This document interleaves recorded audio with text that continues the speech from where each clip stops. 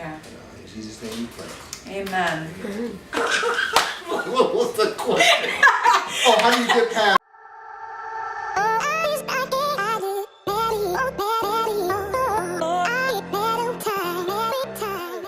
Hey, what's up? It's Gabriella Marte here at Helps Too. I'm with my friend, my brother from my Boston days when I went to college out there, Domingo. And he is a rapper, he's a dad, he is just like super creative. He's into video. Would you call yourself a videographer, cinematographer? What do you say? Filmmaker. A filmmaker. Music and a film producer. Amen. That's like super simple. I don't know why I made it so complicated, but yeah. So he really does it all, and I know there's a lot of creatives out there that ask questions to us here at Helps Too. And so I'm just gonna be bringing in friends, and this guy is one of the first. I'm so excited to introduce you to him because he's really been doing it for a while, and he's good at it. Like, he's doing a new video project right now, and he has investors, and he is doing music, new music, old music. He's been in the game. So I'm gonna ask him a few questions, and if you need another question answered, I won't necessarily be with him after this video, but please in the comments or on our website, helps2.com, feel free to ask a question. We'd love it. All right, so let's get started. Domingo, I want you to tell them who you are, because I know who you are, but I don't want to slight you, you know what I mean? So go ahead, tell the people watching who you are, what you've done. Give us a story. Cool. So, born and raised in the church, played drums in the church, learned how to sing in the choir, went to college, tossed all of it away, and started doing hip hop. 17-year-old in college, started writing rhymes, and that's sort of where I started. And it's been I did that for a number of years. Started doing music videos probably around year 2000.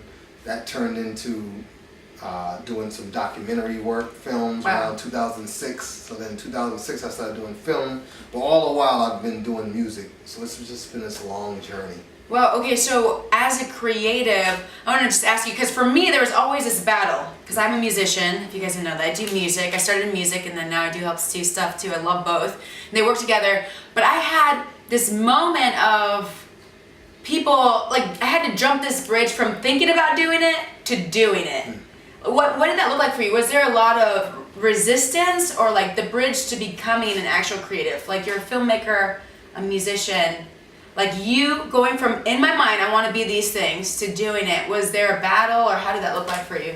No, I think I really give my mom credit. Since I was a child, she always said, just go after what it is that you want to do. So, the Lord has sort of blessed this, put this drive in me to, if there's an idea or something comes, like, okay, I want to do this song, I just don't rest until the song is done. And so that happens with projects, and it will happen with film, with music videos. I had an idea, but the wisdom now is the ideas are endless, but the money's not endless. Yeah. So you have to sort of prioritize, or you have to back burner. So I've been doing a lot of trying to figure out what's a wait, what's a go, what's a open up and rebuff. All these kind of different transitions, which, when you're young, they say, go, go, go. And when you're older, that's not real reality. Because you'll end up losing you have no money, because you'll be so creative and you have all these great projects, and you don't put no money into marketing. It just goes on. Well, I think, I'm with you on that. Because we're not even old, man. Don't say, when you're old, all of a sudden. You feel old? I'm not old, Joe. I'm old. I really don't feel like it's when you're old. Because I don't feel old. I'm in my late 20s, and so I feel like I'm barely getting started. I feel like when you start actually doing it, and you kind of get this sense of like, oh, this is how it's done. You get this maturity about you. It's not like all of a sudden you're old and you're like, oh, like money isn't like this inexhaustible thing. Like it just is, because you finally have to use it. I feel like a lot of creatives, especially nowadays, everybody wants to do this solo thing.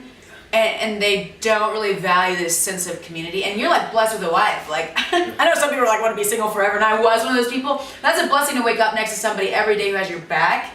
And I feel as creatives, especially in 2018, it's so easy to get in this place where you're like, well, I don't want to be around other people because I want to make it, you know what I mean? And I don't want people to steal my ideas, and this sense of like mistrust. Have you ever dealt with that? And if you have, have you ever dealt with that? Yes, we have. How do you get past that and be real with yourself to get that community? I might have a team of 5 or 6 people. 2 or 3 of them might not be fully on, or they might be on for a small period of time. And it does. it's all good. It's all love. Yeah. Everybody's put in our life for a season or for a purpose. For me, I'm walking in the music industry, right? And so you have people that I have to trust people with booking, like Arva's over there. She books my shows. And then I have to trust people. Amber's right here doing video. I have to trust that they will not stab me in the back. To be honest, you're gonna have to come to a place where you wanna go to the next level. Do you trust people? Because you're gonna need people. You can't get to the next level sometimes. So you can get to a certain level, I think, but when you're really trying to get to a place where you focus on your art and it does reach people, you really can't ebb and flow in both and be good at both. You're gonna have to choose one, just one. Yeah, and it's not the other, because either you're gonna do the art and you're gonna have people come around you and help you reach people with it. You can do both for a while. I know because I've done it. You know because you've done it. And it's hard. It's really hard. You hit this ceiling almost, I want to call it a ceiling, where you can't get further as an artist. You're doing your art and there's not enough time to reach people. And that's our goal here at Helps You, to show artists and creatives how do you reach people with your art, because it is special. And so we're just talking about how hard that can be. What have you done personally to overcome that temptation of, I kind of just want to stay in my bubble and do my own thing, but I know I'm kind of called to this greater mission as an artist, and I need to get out there? When I remember I got an interview. I had put this project out in 1999, and I got an interview by a guy, and most of the production I had did, but there was like one or two other songs that I had that someone else had produced. And so, and the songs that someone else produced, I was getting high ratings on, you know, the reviews that the different newspaper, the different magazines that they were talking about was all about the ones that I didn't produce. And then one guy really blatantly said, you know, Mingo's project is hot. 2 of 5 songs are really excellent. His production team needs to stick to.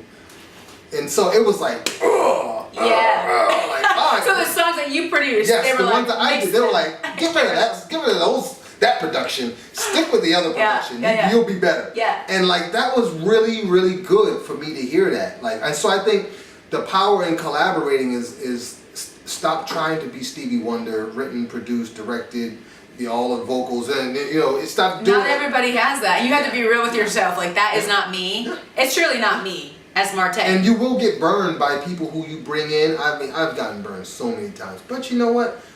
Hey, how many times did the Lord get burned? That's real. Dude, some of my songs, you guys, are on these EPs that somebody actually stole my song, put it on like a compilation disc. It's still on iTunes. They're still selling my music. And I could actually probably name someone that you know that did that to me too. Ooh. And they never paid me.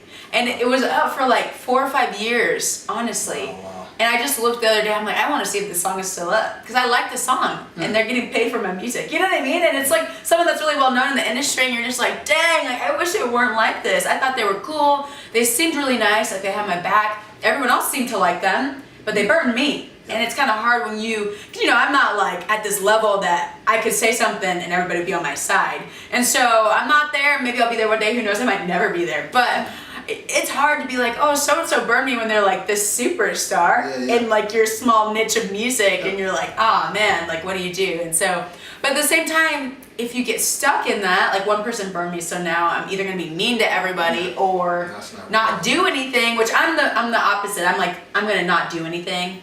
Which I have done that. I just like stayed in my little hermit hole as a musician for 2 years, which I'm finally coming out of. But yeah, I feel like you have to push forth and really get real with yourself and say, okay, that person burned me, but let me go look for someone else.